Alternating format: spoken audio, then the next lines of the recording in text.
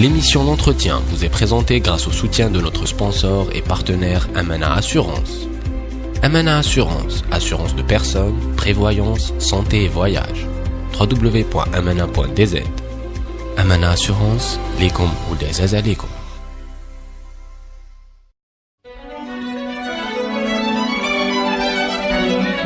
Pour bien s'entendre, il faut bien s'écouter. Rendez-vous sur M, la petite radio du Grand Maghreb.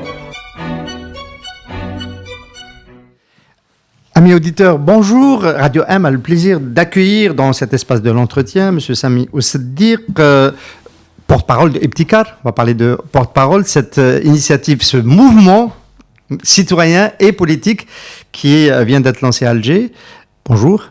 Bonjour. Merci d'être parmi nous.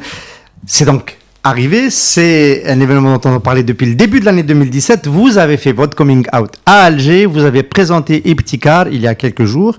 Et comment ça s'est passé avec la presse? Comment votre message a été reçu dans les médias? Tout à fait. Ben, écoutez, d'abord, je remonte à une première rencontre à Radio M. Vous m'aviez dit, M. Oussedir, compte tenu de la situation, on va vous voir plus souvent. Vous avez cette confirmation. Vous allez voir plus souvent et souvent ici, quasiment tout le temps ici. Pour venir effectivement au lancement d'Ibtikar, dont je suis le coordinateur national, général, j'en assure la présidence. Et notre message a été bien repris, en règle générale, par les médias, notamment les médias électroniques. Et je dirais que sur ce point de vue, il y a quelques inflexions à donner aux médias, au message. Non pas aux médias, je ne me permettrai pas, mais au message. Nous ne sommes pas juste un modèle technique, donc nous ne sommes pas que des applications techniques, c'est important. Mais nous portons, je dirais, un cap, des espoirs, une vision et des perspectives pour l'avenir, mais des perspectives éminemment politiques et citoyennes. Je mets l'accent sur cela parce que les vecteurs sont importants. L'on parle effectivement de la digitalisation, des moyens d'accès pour la jeunesse. C'est important. Nous sommes un mouvement, comme nous l'avons dit, qui a, je dirais, comme cible la jeunesse. Et bien évidemment, nous voulons parler de l'avenir, donner des perspectives à cette jeunesse dans un avenir positif. Alors je reviens à cette question du vecteur, qui est effectivement les réseaux sociaux, les applications, la plateforme numérique que nous lançons début de cette année. Une plateforme est un outil. Quel message nous voulons véhiculer? Quelle vision politique nous voulons véhiculer? C'est cela le plus important. C'est, vous savez aussi bien que moi, homme de médias que vous êtes, il y a le contenu et le message et le médium. Sami Oussedir, si la presse a plutôt retenu cette on va dire, innovation dans l'instrument, dans le vecteur, c'est parce qu'effectivement il y a du nouveau, on va en parler dans quelques minutes, mais c'est aussi parce que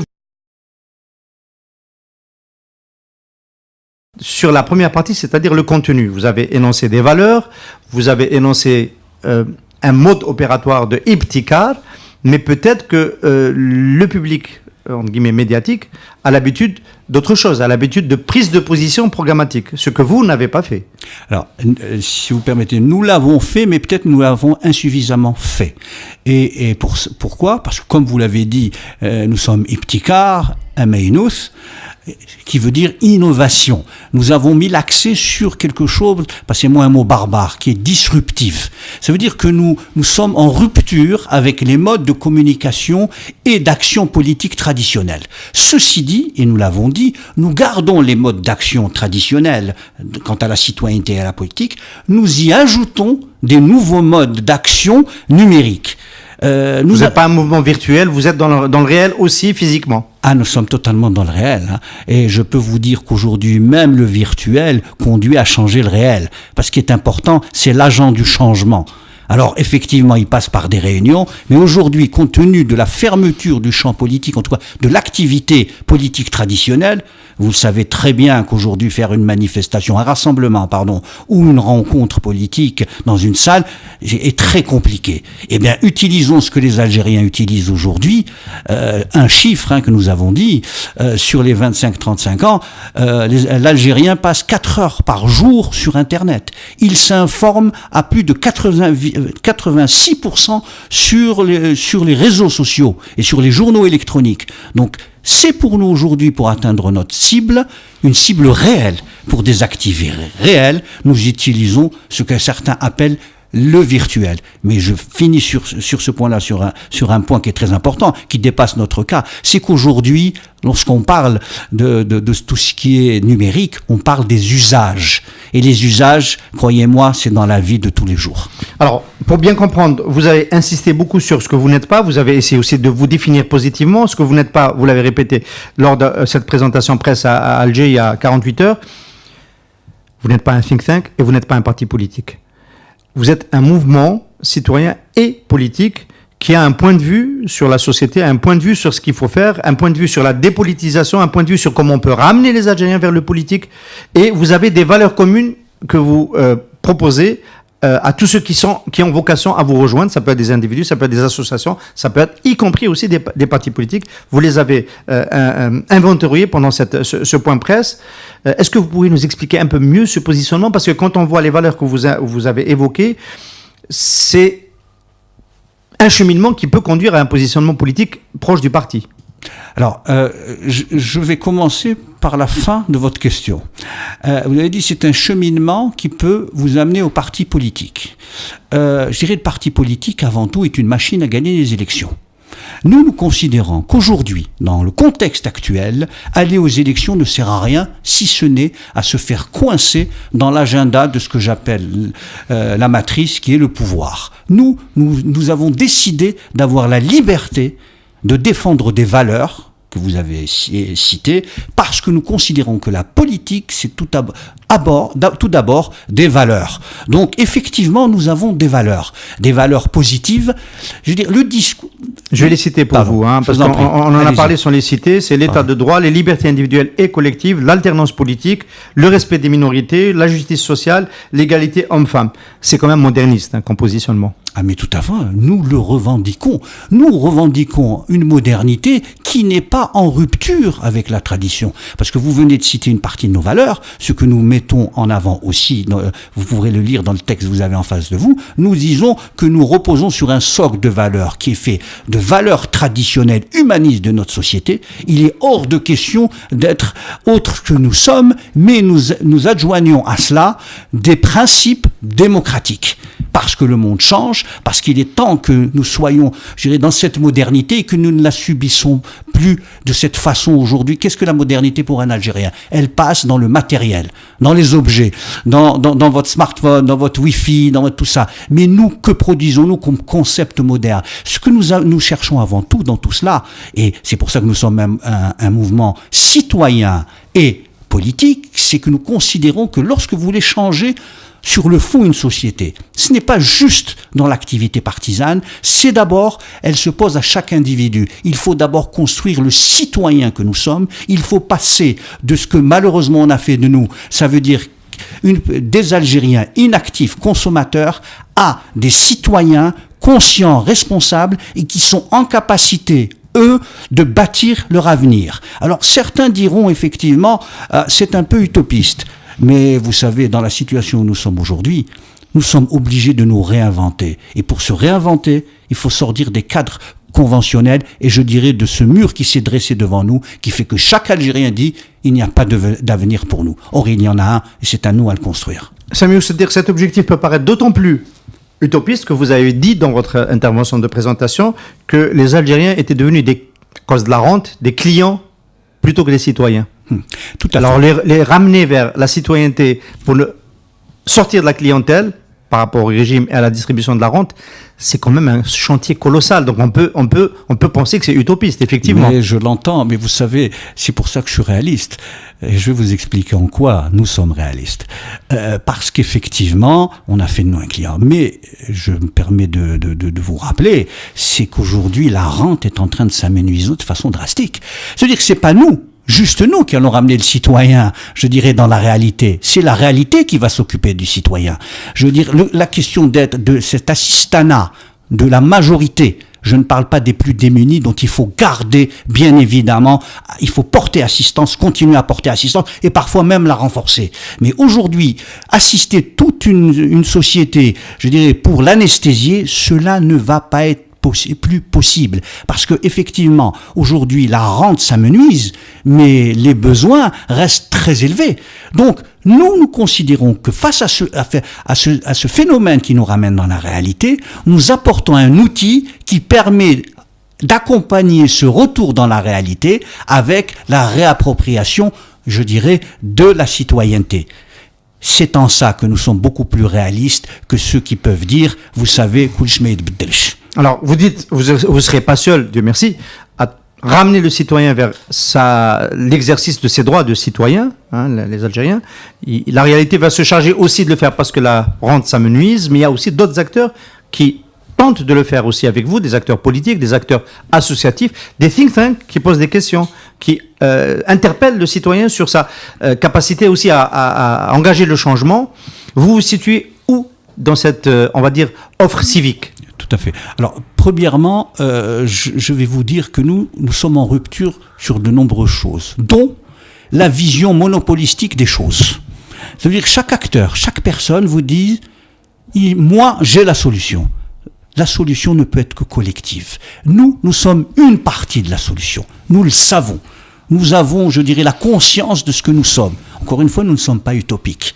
Nous disons que nous pouvons avancer, que si nous sommes capables, nous, de nous articuler, de faire, je veux dire, de marcher ensemble, d'avoir la convergence des forces démographiques. Permettez-moi ce lapsus, parce qu'on pourra en parler de la démographie, démocratique, civique, patriote, pour aller vers cet objectif. Nous nous articulons, vous nous avez cité, avec le citoyen, bien évidemment, les associations, et nous sommes, et là il y a une distinction, en lien avec les partis politiques. Alors les partis politiques, on y arrive. Vous dites dans votre argumentaire que l'offre politique en Algérie n'est pas tout à fait en adéquation, ne répond pas totalement aux besoins de la situation, pour ne pas dire plus. Alors, est-ce que vous complétez cette offre ou est-ce que vous voulez la transformer de sorte à ce que déjà, pourquoi elle ne répond pas? Première question. D'accord. Alors, d'abord, je vais passer par une vision mondiale des choses. Je vous l'ai dit, nous voulons être dans le monde. Aujourd'hui, dans le monde, la médiation politique ne passe plus obligatoirement par le parti traditionnel. Il y a une rupture. Vous avez vu aux États-Unis les Tea Party, vous avez vu Podemos en Espagne, vous avez vu Syriza en Grèce. Quelle que soit la couleur politique, les sociétés civiles aujourd'hui veulent avoir une autre forme de faire de la politique. Aujourd'hui, nous sommes également en Algérie dans cette position. Je vous donne pour exemple, entre autres, le fait que 2/3 des Algériens ne sont pas allés voter aux élections législatives de mai 2017. Il y a des raisons politiques, mais il y a aussi le fait que aujourd'hui l'offre politique ne correspond plus à cela. C'est pour ça que aujourd'hui, permettez-moi ce terme, il y a une sécession entre la société politique et, je dirais, les citoyens. Je n'utilise pas le mot peuple. On pourrait ajouter dans cette, on va dire, rupture dans la manière de faire de la politique. Le mouvement En Marche en France, et M. Macron est en Algérie aujourd'hui au moment où nous enregistrons cette émission, il y a aussi un mouvement qui est né en dehors des partis et qui a créé une nouvelle offre. Ça fait partie de la façon de faire bouger les lignes conventionnelles? Tout à fait. Alors juste un petit détail, une anecdote. Nous sommes constitués en 2015, bien avant En Marche. Donc notre méthode ne vient pas d'un parti étranger, elle est vraiment le fruit de notre réflexion. Non, mais vous avez cité Tea Party, j'ai complété Podemos et Syriza. Tout à fait. Syriza. Mais alors dans le contexte, Podemos et Syriza en Grèce, c'est quand même le fruit des politiques d'austérité consécutives à la crise souveraine. Il y a un contexte extrêmement tendu et traumatisant qui a produit ces alternatives qui sont en général des alternatives, il faut le préciser, de gauche face aux politiques d'austérité. Ibtikar a-t-il l'intention de se positionner parce qu'il y a une place politique pour l'occuper. Pour le moment, elle est occupée par le Parti du Travail en Algérie, mais avec un arsenal politique qui est très vieillot et qui n'offre pas de perspective de développement. Il n'est pas dans le monde, par exemple. Vous, est-ce que c'est comme ça que vous projetez la manière de ramener les Algériens à la politique? C'est aussi une manière de dire non aux politiques d'austérité qui se préparent? Alors je dis d'abord, vous avez raison de le dire, la crise en Grèce, en Espagne a amené ce genre de mouvement. Je vous dirais que la crise en Algérie est encore plus profonde. Donc, nous aussi, nous sommes les enfants de la crise. Vous avez cité des partis, plutôt des mouvements de gauche. Je vous citerai le Tea Party, qui est bien à droite aux États-Unis. Donc, je pense il ne faut pas, auparavant, se repeindre avec des couleurs partisanes, ou du moins politiques, ce genre de parti. Donc, j'ai bien fait de citer En Marche, qui est ni de droite ni de gauche. Comme quoi, il y a une troisième possibilité. Mais totalement, il y a toujours une troisième possibilité. Vous savez, la troisième possibilité, c'est la troisième voie, c'est toujours ce que la dialectique nous apprend. Hein. La thèse, l'antithèse et la synthèse. Quelque part, nous voulons être la synthèse. Alors, qu'est-ce que veut dire la synthèse chez nous? D'abord, c'est l'idée inconditionnelle de la liberté sous toutes ses formes. La liberté, bien évidemment, individuelle, la liberté d'entreprendre, puisque la liberté d'entreprendre reste le point fondamental, je dirais, du libéralisme tant économique que, je dirais, sociétal ou politique, parce que souvent, on oublie cet aspect des choses. Deuxièmement, sur effectivement les questions dites de gauche, puisque moi je trouve que ce vocabulaire chez nous ne correspond pas à une réalité. Mais par contre, nous disons, nous sommes fondamentalement sociaux. Nous parlons de justice sociale. Je vous prends un exemple. L'histoire qu'il y a eu il y a quelques jours sur l'impôt sur la fortune qui a été retoqué. Nous sommes aujourd'hui vent debout pour qu'il y ait un impôt sur la fortune. Nous sommes pour taxer les fortunes. Qu'on soit bien clair, nous sommes pour une véritable redistribution. Nous ne pouvons pas aller dans une politique d'austérité sans demander à toutes les classes, et d'abord les plus aisées, de faire un effort. Sinon, quel que soit le pouvoir, sa politique n'est vraiment pas crédible. Vous avez eu le temps de parler dans le mouvement de ce type de positionnement, ou est-ce que c'est le président qui a pris cette position parce que c'est encore récent. Alors, vous pourriez un peu comprendre la manière de fonctionner de Ibtikar. Tout à fait. Alors, c'est récent, mais ça fait depuis 2015 nous travaillons cela. Parce qu'encore une fois, nous considérons que tout travail de ce type s'inscrit dans la durée. Nous ne voulons pas un effet d'annonce. Maintenant, est-ce que c'est la position du mouvement ou la mienne? Moi, je suis contre l'égotisme, qu'on soit bien clair. Je suis là comme le représentant d'un mouvement. J'ai été le catalyseur, le créateur, mais vous avez pu voir le jour de notre conférence de presse, il y avait 3 personnes qui m'accompagnaient, 2 femmes et un homme, et nous avions toutes les classes d'âge. Ça veut dire que nous sommes collaboratifs, nous sommes transgénérationnels, et pour moi, c'est un élément essentiel. Donc ma voix ne porte pas que la mienne, elle porte celle du mouvement et de l'ensemble des militants. Alors, une autre manière de faire de la politique, vous avez suffisamment bien expliqué la démarche et le concept, mais là, il nous reste à comprendre un petit peu... dans le contexte algérien, peut-être que les partis ont encore quelque chose à faire, parce qu'on est quand même dans un contexte où les partis n'ont pas pu fonctionner et accomplir leur tâche classique, historique, d'apporter une alternance, des programmes alternatifs. Vous dites d'ailleurs l'alternance politique, c'est une de vos valeurs et un de vos objectifs.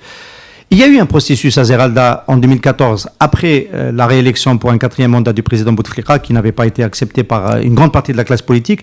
Est-ce que ces passerelles qui ont permis d'arrêter un code de conduite de la classe politique pour l'avenir, c'est pas un chantier sur lequel un mouvement comme Ibtikar peut retravailler afin de relancer une dynamique de ce type-là, ou est-ce que vous vous situez complètement ailleurs, vous considérez qu'avec les partis c'est difficile de faire quelque chose? Alors écoutez, premièrement, vous ne m'entendrez jamais critiquer les partis d'opposition. Je sais dans quelles conditions ils travaillent, donc pour moi la question de les critiquer, n'attendez pas de ma part, ni des think tanks existants. Je suis toujours là pour véritablement encourager leurs efforts, chacun à leur place. Qu'on soit bien clair. Deuxièmement, sur effectivement les processus politiques. Là aussi, nous ne remettons pas en cause tout ce qui est fait. Un des grands problèmes de notre pays, à chaque phase, on dit ce qui a été fait a été totalement mauvais. Nous voulons également construire sur ce qui existe. Nous sommes pour la transformation. Nous ne sommes pas pour la table rase. Maintenant, pour effectivement réunir les forces démocratiques et les partis, puisque vous m'avez parlé des partis. Nous sommes engagés dans des nouvelles initiatives politiques qui vont, je dirais, émerger publiquement d'ici 2018, début 2018. Nous soutenons d'autres initiatives politiques. Notre objectif, ce qui fait partie, je veux dire, de l'ADN de notre mouvement, c'est effectivement la convergence des forces démocratiques. Pourquoi? Parce que aujourd'hui, penser que chaque parti ou chaque individu ou chaque groupe ou chaque mouvement puisse puisse véritablement peser dans le rapport de force qui nous est imposé est vraiment utopique. J'utilise le qualificatif que vous avez utilisé. Nous sommes ancrés dans cette réalité. Nous voulons véritablement travailler avec tous les acteurs sincères, et il y en a. Samuel, c'est-à-dire, est-ce que Iptikar n'est pas quand même menacé? Iptikar est sur un agenda qui ressemble à un agenda de long terme, construire le citoyen que nous sommes.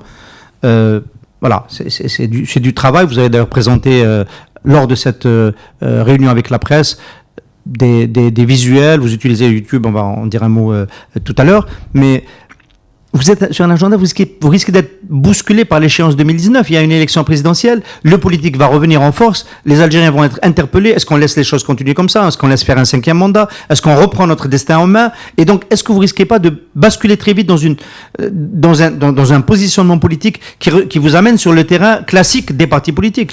Alors, d'abord, je vous remercie de cette question parce qu'elle va me permettre de préciser notre méthode. Si vous voulez, nous sommes sur 2 plans. Je ne dis pas en haut, en bas, parce que cela ne veut rien dire. Nous sommes dans un travail de pédagogie sur le long terme que vous venez de citer. L'émergence de la citoyenneté. Il ne faut pas se le cacher, c'est un travail de long terme. Mais, effectivement, et vous l'avez dit et bien dit, il y a l'urgence de ce qui se passe. Là, nous avons un discours politique et nous aurons une action avec, je dirais, d'autres partenaires. Donc, nous sommes dans le court terme, puisque là vous faites référence à 2019, bien évidemment, et nous sommes également sur le long terme, parce que ce qui nous intéresse, c'est l'avenir. Vous parliez de quel était, je dirais, un des manques des partis, c'est l'absence de vision claire quant à l'avenir. Vous ne pouvez pas mobiliser et mettre en mouvement les citoyens si vous n'êtes pas capable de construire une alternative quant à l'avenir. Alors, les citoyens, vous les interpellez notamment pour être acteurs de leur vécu, de leur vie de tous les jours. Il y a 3 applications que vous avez présentées à la presse. Il y en a une qui contribue à signaler les chantiers qui sont à l'arrêt, enfin signaler un peu la mauvaise gestion. Une autre qui permet de suivre et peut-être même d'évaluer les parlementaires. Et une 3e qui met en réseau les initiatives locales. Il y en a, Dieu sait s'il y en a beaucoup en Algérie. C'est ça votre manière de construire, on va dire, une citoyenneté connectée, nouvelle, moderne, innovante. Alors ça, ce sont les premières applications qui vont sortir, je dirais, en janvier-février. Donc c'est la première étage de la fusée. Je veux dire, cette fusée digitale qu'on met en place. Vous avez très bien cité ces 3 applications.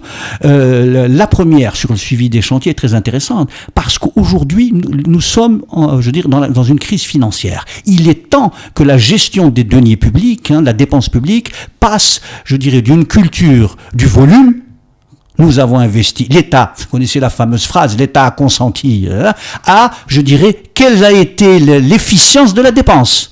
Le citoyen, par, je dirais, son smartphone, devient le contrôleur. Et l'avantage de tout cela, c'est que ça anonymise sa participation, ça en fait un acteur anonyme, donc il a moins peur de l'engagement. C'est important. La deuxième, le parlementaire, c'est évaluer, effectivement, mais c'est surtout, je dirais, aujourd'hui, aller vers le citoyen, voir recenser ses véritables besoins, les hiérarchiser, et nous, de notre façon, essayer d'apporter des réponses, d'être dans cette interaction. Nous serons ce parlementaire anonyme, la voix des sans-voix algériennes. Et enfin, la 3e application, vous l'avez dit, il y a beaucoup d'initiatives en Algérie. Le problème, c'est qu'elles sont enclavées et à ce moment-là, il faut véritablement les mettre en réseau. La nouvelle citoyenneté, c'est une citoyenneté qui passe par le smartphone? C'est une citoyenneté, effectivement, qui a besoin des nouveaux outils. Aujourd'hui, c'est le smartphone. Vous savez, l'innovation arrive très vite. Demain, ça sera autre chose. C'est-à-dire qu'on va finir quand même par une note. Vous êtes moderne, vous avez un positionnement et vous revendiquez donc l'innovation et la modernité citoyenne. Vous dites aussi que vous voulez réancrer l'Algérie dans le monde, parce qu'il y a aussi une phrase que j'ai entendue, l'Algérie est sortie du monde. Alors, votre manière à vous d'être dans le monde, quelle est-elle?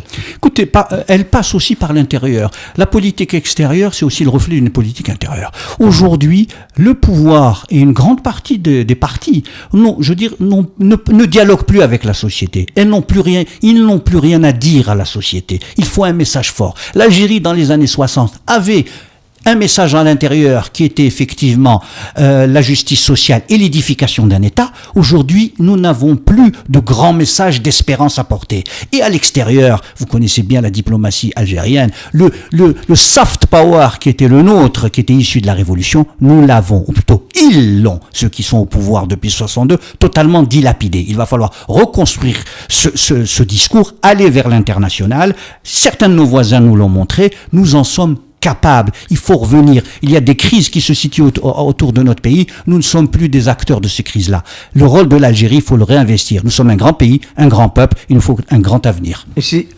c'est pas une colle, si on devait quand même préciser un petit peu ce grand dessin à l'international de l'Algérie, quand on s'est construit avec l'aura de la révolution du 1er novembre, ce serait quoi aujourd'hui de reconstruire un grand dessin à l'international pour l'Algérie? Écoutez, un grand dessin, nous sommes un pays qui aujourd'hui, vous savez, l'économie joue un grand rôle d'abord. Nous sommes aujourd'hui un pays qui a des potentialités extraordinaires. Nous sommes aujourd'hui capables véritablement de revenir un pays prospère, avoir un modèle à proposer. Ça prendra du temps. Et deuxièmement, nous avons notre message, un message original qui est c'est celui qu'il faut reprendre, celui de la dignité de l'homme, celui de la revendication des libertés. C'est ce message qui doit porter dans une globalisation qui aujourd'hui enclave les personnes et les rend véritablement, fait un monde à deux vitesses avec les ultra riches et les ultra pauvres. À nous de dire, on est capable avec la liberté d'entreprendre, la liberté individuelle, d'être nous-mêmes et de porter un message au monde. Sami Oussiddiq, coordinateur de Ibtikar, mouvement citoyen et politique lancé à Alger il y a 48 heures. Merci d'avoir été notre invité. C'est moi qui vous remercie. L'émission L'Entretien vous est présentée grâce au soutien de notre sponsor et partenaire Amana Assurance.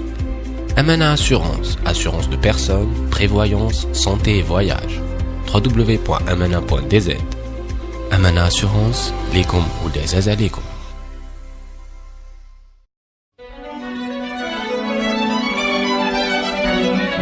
Pour bien s'entendre, il faut bien s'écouter. Rendez-vous sur M, la petite radio du Grand Maghreb.